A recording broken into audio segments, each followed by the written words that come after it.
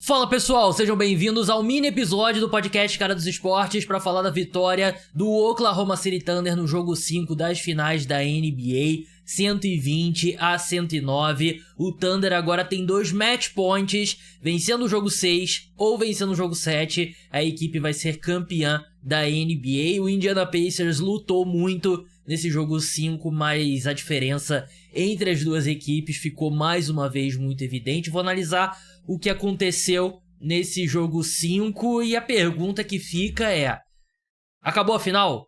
O Oklahoma City Thunder é o campeão? Matematicamente não, e não muda muito o que eu falei após o jogo 4. Inclusive, o último episódio do podcast Cara dos Esportes eu terminei falando sobre as finais da NBA, o episódio dessa segunda-feira, que você pode escutar o resto do episódio todo, assistir ao resto do episódio todo, que a gente começa falando sobre Kevin Durant, o destino dele, trocas para o Memphis Grizzlies fazer após ter trocado Desmond Bane, o futuro dos Grizzlies, o futuro do Orlando Magic. Essa parte toda não envelheceu, tá muito boa, então vai lá, quando você terminar esse episódio aqui, vai lá, assiste ou escute, tá bem legal. Preparei algumas telas lá mostrando trocas e trocas hipotéticas, então não deixe de conferir o último episódio do podcast Cara dos Esportes.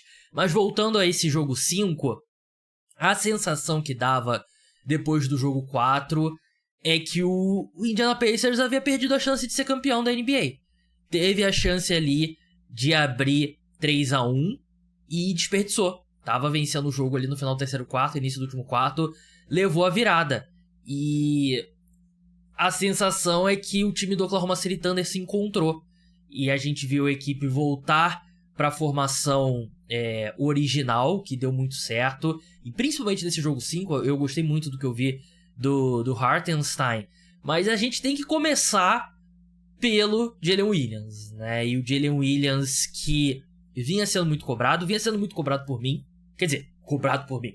Eu falava muito aqui no podcast Cara dos Esportes que a equipe precisava demais do Jalen Williams, né? Porque da forma como esse time é montado, você tem o Shea, que é a maior estrela, é o cara que vai carregar o ataque, mas não dá pra ser campeão só com um cara. Precisa que o Jalen Williams seja esse cara com mais consistência.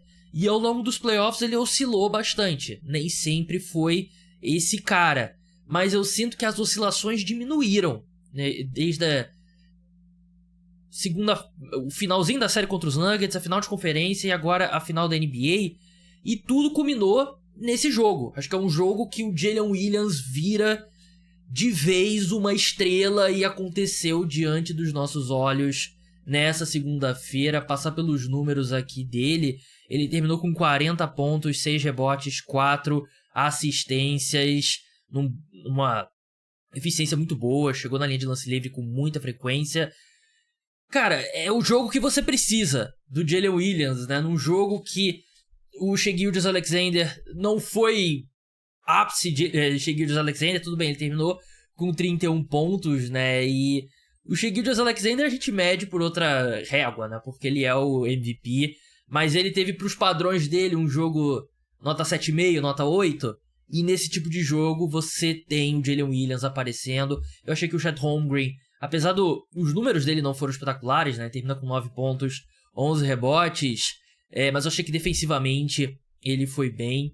Mas o Jalen Williams jogou como a segunda estrela de um time que tá prestes a ser campeão da NBA, né? E eu preparei aqui uma tela que é uma comparação sobre os números do Jalen Williams, né? Deixa eu preparar aqui pra vocês. Aquele famoso teste cego. Deixa eu abrir aqui. Foi. Tem 4 jogadores. O primeiro jogador, 12,8 pontos, 6 rebotes, 2 assistências, 37,9% de 3.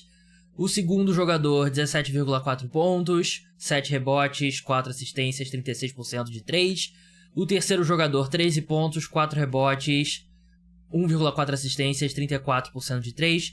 O quarto jogador, 21,6 pontos, 5,3 rebotes, 5,1 assistências, 36,5%. Quem são esses jogadores? O jogador A é o Kawhi Leonard, com 12 pontos por jogo. Paul George é o jogador B, 17,4 pontos. Jaylen Brown é o terceiro jogador, 13 pontos. E o quarto jogador é o Jalen Williams, 21,6 pontos. Esse aqui são os números desses 4 jogadores nas suas terceiras temporadas na NBA. E por que eu tô comparando o Jalen Williams com esses caras? Porque são caras da mesma posição do Jalen Williams.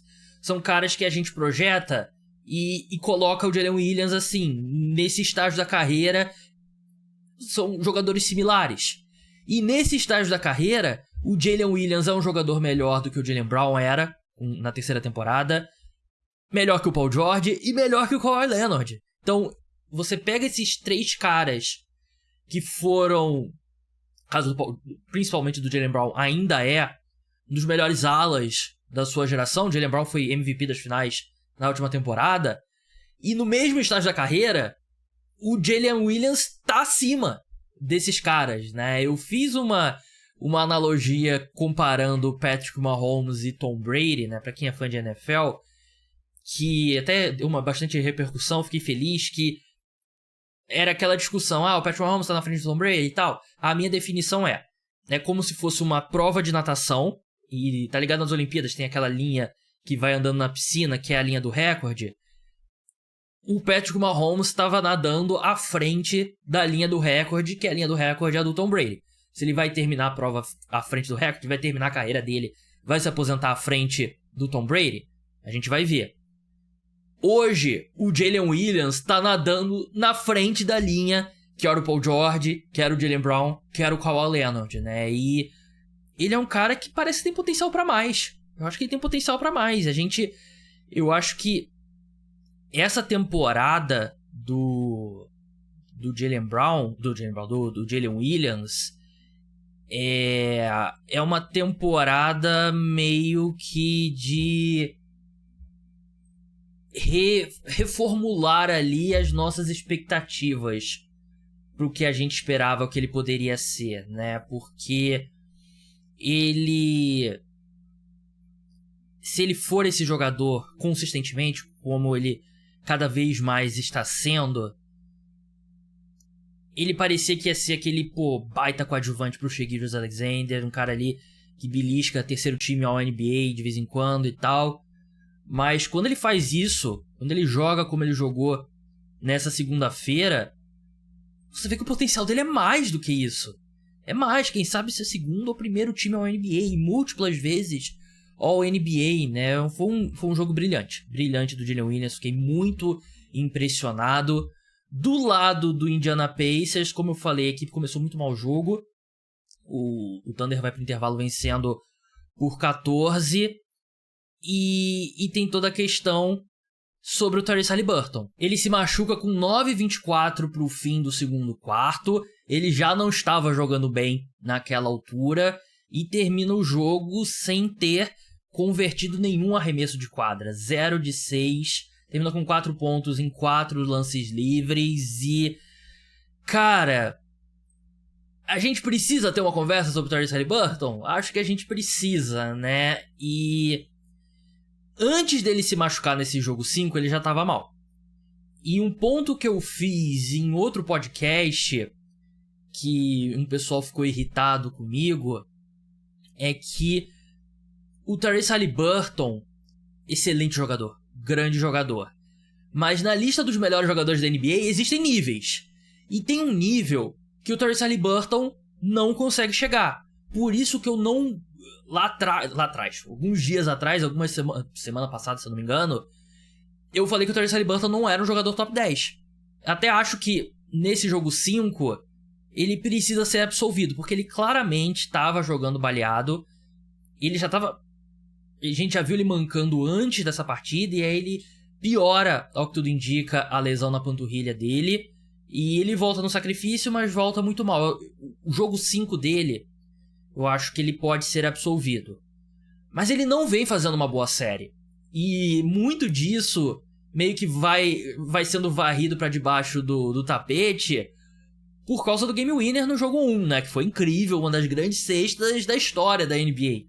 Mas ele não vem fazendo uma série muito boa. A defesa do Thunder vem limitando ele muito bem, vem desgastando ele, vem fazendo com que ele não seja tão efetivo como ele foi, por exemplo, contra o New York Knicks. Por isso que pra mim, ele tem um nível mais alto das estrelas da NBA que o Tyrese Haliburton não tá. E ele provavelmente não tá nesse segundo nível também. Eu acho que ele é um cara ali de 11º, 12º, por aí. Eu acho que o pessoal se apressou muito tentando elevar ele a uma prateleira que eu não acho que ele é esse jogador. De novo, jogo 5, eu acho que ele é absolvido pela lesão. E é uma pena ele se machucar, mas ele já não vinha fazendo uma série muito boa, né? Teve duas pessoas que tentaram salvar o Indiana Pacers, né? Primeiro, o Obi Toppin jogou bem, 12 pontos, mas eu ia falar do TJ McConnell, né? Ele termina com 18 pontos e ele revitalizou o time no terceiro quarto. Foi ele o responsável por fazer os Pacers voltarem na partida. E ele não volta no jogo no último quarto, quase, né? Não joga quase nada. O Haliburton numa perna só. E é uma crítica que vocês já me ouviram fazer aqui no podcast. Eu acho que o Rick Carlisle, às vezes, fica um pouco engessado com a rotação dele, né? Era um jogo pro TJ McConnell ter permanecido em quadra. Até acho que ele acertou em manter o Mathurin, né? Que eu acho que você tem que insistir no Mathurin mesmo. 2 de 11, foi um jogo ruim? Foi. Mas se ele não engatar, você vai perder. Então eu acho que ele insistiu, mas eu achei que ele deveria ter voltado com o TJ McConnell no último quarto. Ainda mais quando ficou bem claro que o Haliburton tava jogando uma perna só, né? E o Siakam no último quarto também foi muito bem. Acho que foram 14 pontos dele no último quarto, 28 no geral, 5 assistências, 6 rebotes. Jogou muito bem na reta final, mas não foi suficiente. O Thunder conseguiu segurar e assim... Eu juro pra vocês que eu tive essa sensação enquanto eu estava assistindo ao jogo, não é só vendo o placar. Mesmo quando o Pacers ali cortou pra 5, 4 pontos... Eu não tive a mesma sensação dos outros jogos que os Pacers voltaram. Eu achei que o Thunder ia conseguir segurar. E juro pra vocês, vocês podem botar um soro da verdade aqui na minha veia.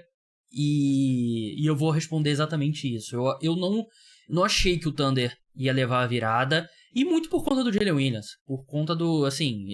Parecia que toda vez que ele baixava a cabeça, atacava a cesta, ele ia conseguir os 2 pontos. Foi uma partida realmente incrível dele, num jogo que, por exemplo, você não teve uma contribuição tão grande do Caruso, né, que jogou muito bem no jogo 4, né, ele teve 2 pontos apenas, né, o Aaron Wiggins veio bem do banco, 14 pontos, Cason Wallace teve uma contribuição um pouco maior, mas foi tudo Jalen Williams e Shai Gilgeous-Alexander, né, 71 pontos entre os dois. E matematicamente o Thunder já é campeão da NBA? Não é. Mas eu ficaria em choque se o Pacers conseguir voltar nessa série. Ficaria em choque se o Pacers forçar o jogo 7. Pra ser bem sincero, eu acho que o Thunder vence Indiana. E eu acho que o Pacers perdeu a final da NBA no jogo 4, né? Não teve a chance de abrir 3-1 e não conseguiu. Não girou a faca, como diria o Maestro Júnior. Pessoal, se torne membro no canal no YouTube para ter acesso a episódios extras do podcast Cara dos Esportes. Você pode se tornar apoiador pelo site caradosesportes.com.br. Os dois são o mesmo preço, R$14,90. No site você pode escutar os podcasts, você dá play lá no seu celular, bloqueia a tela, fica como se fosse um player de áudio normal. E é muito importante para manter o podcast Cara dos Esportes no ar. A gente vai seguir com a cobertura da NBA e da NFL o ano inteiro, não para nunca. Então, um grande abraço a todos e até a próxima.